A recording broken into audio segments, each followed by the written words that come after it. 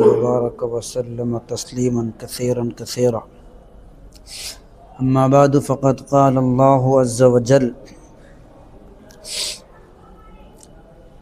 ووصى بها إبراهيم بنيه ويعقوب يا بني إن الله اصطفى لكم الدين فلا تموتن إلا وأنتم مسلمون. وقال النبي صلى الله عليه وسلم يأتي على الناس زمان الصابر فيه على دينه كالقابض على الجمر أو كما قال صلى الله عليه وسلم.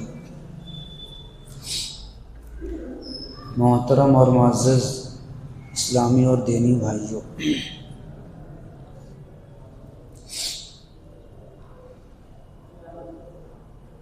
اللہ رب العزت نے ہم سب کو اس پرفتن دور میں، جب کہ دنیا میں ہر جگہ فتنے ہی فتنے ہیں،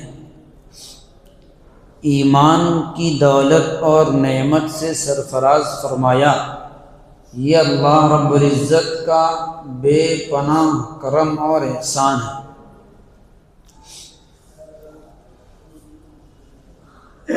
تمام اسلام کے شعبوں میں بنیادی شعبہ ہے عقائد اور ایمانیات، اور عقائد میں بھی سب سے بنیادی عقیدہ ہے توحید. جب تک کسی کا ایمان اور عقیدہ درست نہیں ہوگا، جب تک وہ جتنے بھی اعمال کرے، اچھے اور برے، کتنی بھی نیکیاں کر لے، اعمال صالحہ کرے، اس کا کوئی اعتبار نہیں جب تک کہ اس کا عقیدہ درست نہ ہو. اور تمام عقیدوں میں سب سے بنیادی چیز ہے توحید. توحید کا آسان مطلب ہے اللہ رب العزت کو ایک ماننا. ہم سب اللہ رب العزت کے بندے ہیں، وہ ہمارا تنہا رب ہے. ہم سب پر اس کی بندگی واجب ہے. یہی ہے توحید. اور اللہ رب العزت نے بندوں کی رہبری کے لیے، رہنمائی کے لیے پیغمبروں کو بھیجا. یہ ہے رسالت، اسی کو عقیدہ رسالت کہتے ہیں. اور اللہ اس کے رسول کی اطاعت کرنا، فرما برداری کرنا، اسی کو کہتے ہیں اسلام. اسلام کا آسان مفہوم یہی ہے کہ اللہ کی اور اس کے رسول کی اطاعت اور فرما برداری کرنا. اور یہ اسلام دنیا کے اندر پیدا ہونے والے ہر انسان کا اصل مذہب ہے. دنیا کے اندر جو بھی پیدا ہو، چاہے وہ مسلمان گھرانے میں پیدا ہو، چاہے کفار و مشرکین کے ہاں پیدا ہو، چاہے یہود و نصارہ کے ہاں پیدا ہو، پیدا ہونے والا ہر بچہ فطرت اسلام پر پیدا ہوتا ہے. اسلام ہر انسان کا اصلی مذہب ہے. پھر بعد میں ماحول کے بدلنے سے، والدین کی تربیت سے بچہ اپنا اپنا دوسرا دین اختیار کر لیتا ہے. حدیث شریف میں کل مولود یولد علی الفطرۃ فابواہ یہودانہ او ینصرانہ او یمجسانہ. ہر بچہ فطرت اسلام پر پیدا ہوتا ہے، پھر بعد میں اس کے والدین اس کو یہودی بناتے ہیں، نصرانی بناتے ہیں، عیسائی بناتے ہیں، مجوسی بناتے ہیں. جب حضرت آدم علیہ السلام کو اللہ رب العزت نے دنیا کے اندر بھیجا نبی بنا کر کے، وہاں سے لے کر 800 سال تقریباً صرف اور صرف ایک ہی مذہب تھا. نہ کوئی بت پرستی تھی، نہ کوئی غیر اللہ کو پوچھتا تھا، صرف ایک اللہ کی بندگی ہوتی تھی۔ 800 سال کے بعد حضرت نوح علیہ السلام کے زمانے میں لوگوں میں گمراہی پھیلی اور لوگ اللہ کو چھوڑ کر بتوں کو پوجنے لگے۔ تو اصلی مذہب ہر انسان کا مذہب اسلام ہے۔ بچہ اسی مذہب اسلام پر، فطرت اسلام پر پیدا ہوتا ہے، پھر بعد میں جیسا ماحول ملتا ہے، جیسے والدین تربیت کرتے ہیں، اس رخ پر چل پڑتا ہے۔ تو اللہ رب العزت نے ہم سب کو اس فتنے کے دور میں ایمان کی دولت عطا فرمائی۔ اللہ رب العزت کا بہت بڑا احسان ہے۔ اللہ رب العزت نے بہت سے لوگوں کو دنیا کے اندر بڑی بڑی حکومتیں، بڑی بڑی طاقتیں عطا فرمائی، لیکن جب تک انسان دنیا کے اندر رہتا ہے، دنیا کی لذتیں، دنیا کی نعمتیں اس کو اچھی لگتی ہیں۔ آخرت چونکہ نظروں کے سامنے نہیں ہے، آخرت غیبوبت میں ہے، عالم غیب میں ہے، لیکن کل جب ہم لوگ آخرت میں جائیں گے اور جنت کی نعمتوں کو دیکھیں گے تو دنیا کی کوئی قدر نہیں رہ جائے گی۔ اللہ رب العزت نے قارون کو بڑی دولت عطا فرمائی تھی، جتنی نعمتیں دنیا کے اندر ہو سکتی تھی سب کچھ اللہ رب العزت نے عطا فرمائی، لیکن کیا ہوا؟ تکبر پیدا ہوا، زکوٰۃ دینے سے انکار کیا اور بے دینی کی راہ اختیار کر لی۔ حضرت موسیٰ علیہ السلام سے پھر گیا۔ لکھا ہے کتابوں کے اندر کہ وہ تورات کا حافظ تھا قارون، لیکن جب بے دینی اس کے اندر آئی، دین سے پھر گیا، اللہ رب العزت نے اس کے مال و دولت اور خزانے سمیت زمین کے اندر دھسا دیا۔ کسی چیز کی کوئی اہمیت نہیں بغیر ایمان کے، بغیر عقیدے کے۔ جب قارون اپنے خزانوں کو لے کر کے دنیا کی نعمتوں کے ساتھ باہر نکلتا تھا تو لوگ اس کو دیکھ کر کے تمنا کرتے تھے کاش کہ ہمارے پاس بھی ایسی ہی نعمتیں ہوتی جیسے قارون کو دی گئی ہے۔ اِنَّهُ لَذُو حَظٍّ عَظِيمٍ، یقیناً بڑا خوش قسمتی آدمی ہے، بڑا خوش قسمت ہے کہ اس کو یہ سب نعمتیں ملی ہے۔ لیکن جب اللہ رب العزت نے اس کو زمین پہ دھسا دیا تو وہی لوگ جو کل کو اس جیسے ہونے کی تمنا کر رہے تھے، یہ کہنے لگے کہ اللہ رب العزت کا احسان ہے کہ اللہ رب العزت نے ہم کو بچا لیا۔ یہ پورا مضمون قرآن شریف میں ذکر کیا گیا۔ تو جس چیز کی ہم کو فکر کرنا چاہیے وہ صرف اور صرف ایمان ہے کہ اللہ رب العزت نے ہم کو یہ نعمت عطا فرمائی تو ہماری اور ہماری نسلوں کا ایمان اور عقیدہ 100% محفوظ رہے، اس کی ہر شخص کو فکر ہونا چاہیے۔ یہ کوئی معمولی چیز نہیں ہے کہ جس کی فکر بار بار دلائی جا رہی۔ حضرات انبیاء کرام علیہ السلام ایسی شخصیات تھی کہ ان کا ایمان پر مرنا، ایمان پر ان کا انتقال ہونا یقینی تھا، اور کوئی ایسا نہیں ہے کہ جس کا ایمان پر خاتمہ یقینی ہو سوائے انبیاء کے۔ لیکن انبیاء بھی اپنے بچوں کو، اپنی اولاد کو اس بات کی تاکید کیا کرتے تھے کہ تم نہ مرنا مگر اسلام کی حالت میں۔ وَوَصَّىٰ بِهَا إِبْرَاهِيمُ بَنِيهِ وَيَعْقُوبُ، حضرت ابراہیم علیہ السلام نے، حضرت یعقوب علیہ السلام نے اپنے بچوں کو اس بات کی وصیت کی۔ وَوَصَّىٰ بِهَا إِبْرَاهِيمُ بَنِيهِ وَيَعْقُوبُ يَا بَنِيَّ إِنَّ اللَّهَ اصْطَفَىٰ لَكُمُ الدِّينَ، اے میرے بچوں، اے میرے بیٹو، اللہ نے تمہارے لیے دین کو منتخب کیا ہے۔ ان اللہ اصطفیٰ لکم الدین فلا تموتن الا وانتم مسلمون، تو تم کوشش کرنا کہ نہ مرو مگر اس حال میں کہ تم اسلام پر ہو، اسلام کے علاوہ کسی اور عقیدے پر، کسی اور مذہب پر تمہاری موت نہ آئے۔ حضرت یعقوب علیہ السلام نے اپنی وفات کے وقت،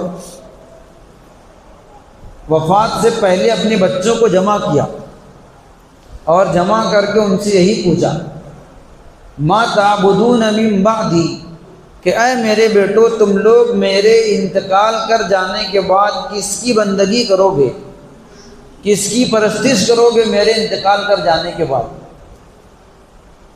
یہ آیتیں اور یہ انبیاء کے واقعات ہم کو یہی بتلاتے ہیں کہ جب انبیاء کرام کو اپنے بچوں کی ایمان کی اتنی زیادہ فکر تھی، وہ ان کو اس طرح وصیت کیا کرتے تھے، نہ مرنا مگر اسلام کی حالت میں، تو ہم کو ہمارے اور ہمارے بچوں کی نسلوں کی ایمان کی اس سے زیادہ فکر ہونا چاہیے، اور ہم کو بھی وقتاً فوقتاً اپنے بچوں کے عقیدے کی، عقیدہ توحید کی، ایمان کی، عقیدہ رسالت کی، جتنے بھی بنیادی عقیدے ہیں اس کے متعلق فکر ہونا چاہیے۔ کہیں باطل طاقتیں ہمارے بچوں کے ذہنوں میں ارتداد تو نہیں ڈال رہی، ہمارے بچوں کے عقیدے کو خراب تو نہیں کر رہی ہیں، اس کی ہم کو فکر ہونا چاہیے۔ ہماری نئی نسلیں فکری ارتداد کا شکار ہو رہی ہیں۔ فکری ارتداد کا مطلب یہی ہوتا ہے کہ آدمی ظاہر میں تو مسلمان نظر آئے گا، اس کا حلیہ مسلمان کا ہوگا، وہ عبادت کر رہا ہوگا، نماز پڑھتا ہوگا، تلاوت کرتا ہوگا، لیکن اس کے باوجود ذہنی اعتبار سے وہ اسلام پر اعتراضات کرے گا، اس کو اسلام کے احکامات پر اطمینان نہیں ہوگا۔ یہ فکری ارتداد ہے۔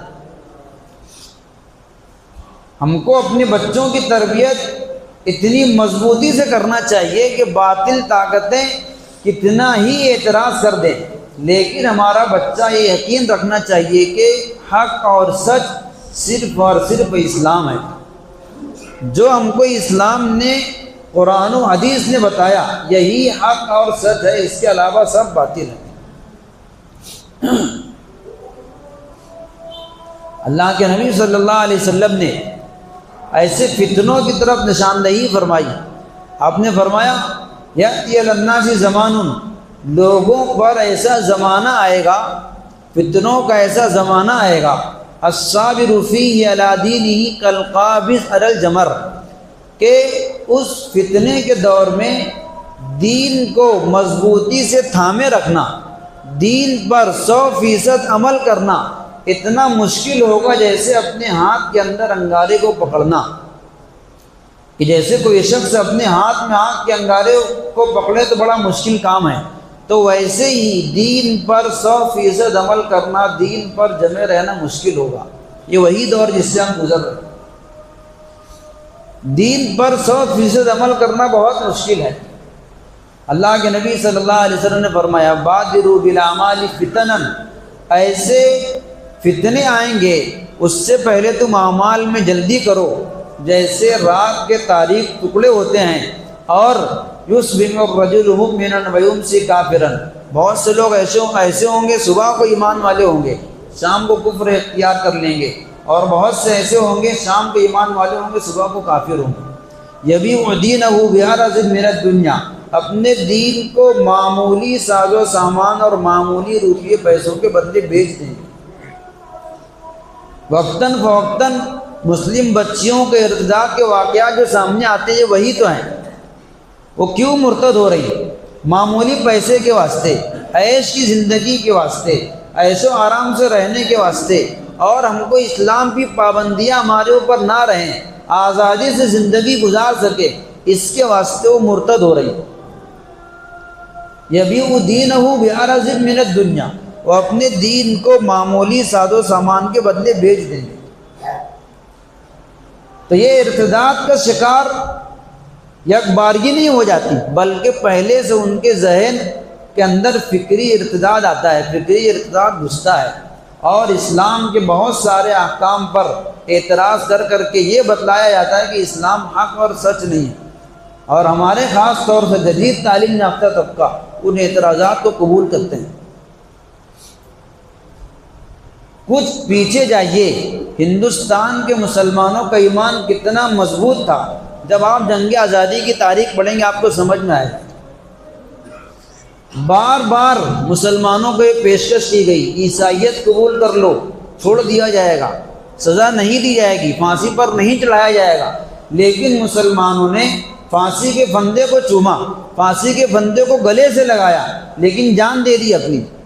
ایک مسلمان بھی ایسا نہیں تھا اس وقت جس نے عیسائیت قبول کیا۔ اس وقت جہالت کا غلبہ تھا، علم کی کمی تھی، لیکن ایمان بہت مضبوط تھا۔ مجاہد آزادی حضرت شیخ الہند مولانا محمود حسن دیوبندی رحمۃ اللہ علیہ اپنے شاگرد مولانا عاشق رائی سے فرماتے تھے کہ ہم لوگ جب قید و بند کے اندر تھے اور انگریز مسلمانوں کو سزا دیا کرتے تھے، اس وقت مسلمانوں کی ایمان کی مضبوطی سمجھ میں آئی، ذرہ برابر کسی کے چہرے پہ خوف کا عالم دکھتا ہی نہیں تھا۔ ان کے الفاظ یہ ہیں کہ ایک کے بعد ایک لائن لگی ہوئی ہے مسلمانوں کو پھانسی دینے کے لیے، ہر بعد والا مسلمان سمجھ رہا کہ سامنے والے کو پھندے پر سے اتارا گیا ہے، اس کے بعد میرا نمبر ہے، چند منٹوں کے بعد میرا شمار مردوں میں ہو جائے گا، مجھ کو پھانسی پر چڑھا دیا جائے گا۔ لیکن ایک بچہ بھی ایسا نہیں بتا سکتے جس نے ڈر کے مارے ایمان چھوڑ دیا ہو، سب کے سب پھانسی پر چڑھ گئے۔ یہ ایمان کی مضبوطی تھی۔ اور آج ہم لوگ سمجھتے ہیں کہ علم بہت ہے، علم پھیلا ہوا، آلات علم پھیلے ہوئے ہیں، لیکن اندر سے کھوکھلے ہو رہے ہیں۔ مفکر اسلام حضرت مولانا علی میاں رحمۃ اللہ علیہ بار بار فرمایا کرتے تھے کہ میں مسلم نوجوانوں میں فکری ارتداد گھستا ہوا دیکھ رہا ہوں، اور یہ مسلمانوں کے آئندہ کا مستقبل کا بڑا سنگین مسئلہ ہے، جس کو وہ لوگ خود مسئلہ نہیں سمجھ رہے ہیں، اس کی سنگینی کا احساس نہیں کر رہے ہیں۔ اور فرماتے تھے کہ اگر مسلمانوں نے اس کی نزاکت کا احساس نہیں کیا تو وقت قریب ہے کہ مسلمان اندر سے ایک دم کھوکھلا ہو جائے گا۔ ضروری نہیں کہ اگر کوئی شخص مندر میں جا کے سجدہ کرے تبھی وہ مرتد ہے۔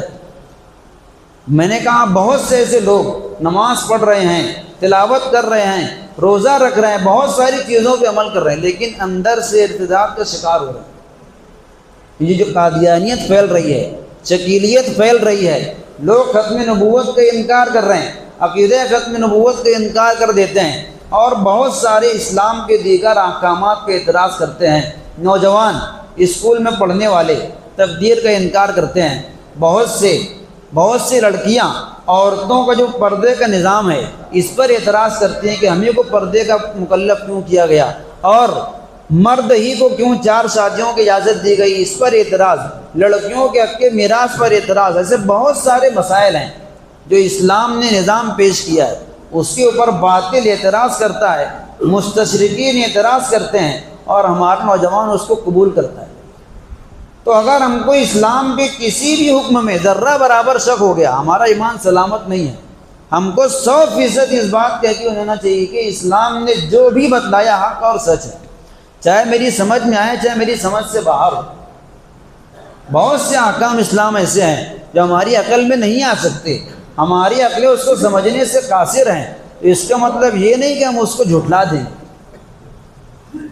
تو ہم کو اپنے اور اپنی نسلوں کی ایمان اور عقیدے کی یہ فکر ہونا چاہیے کہ حالات چاہے جیسے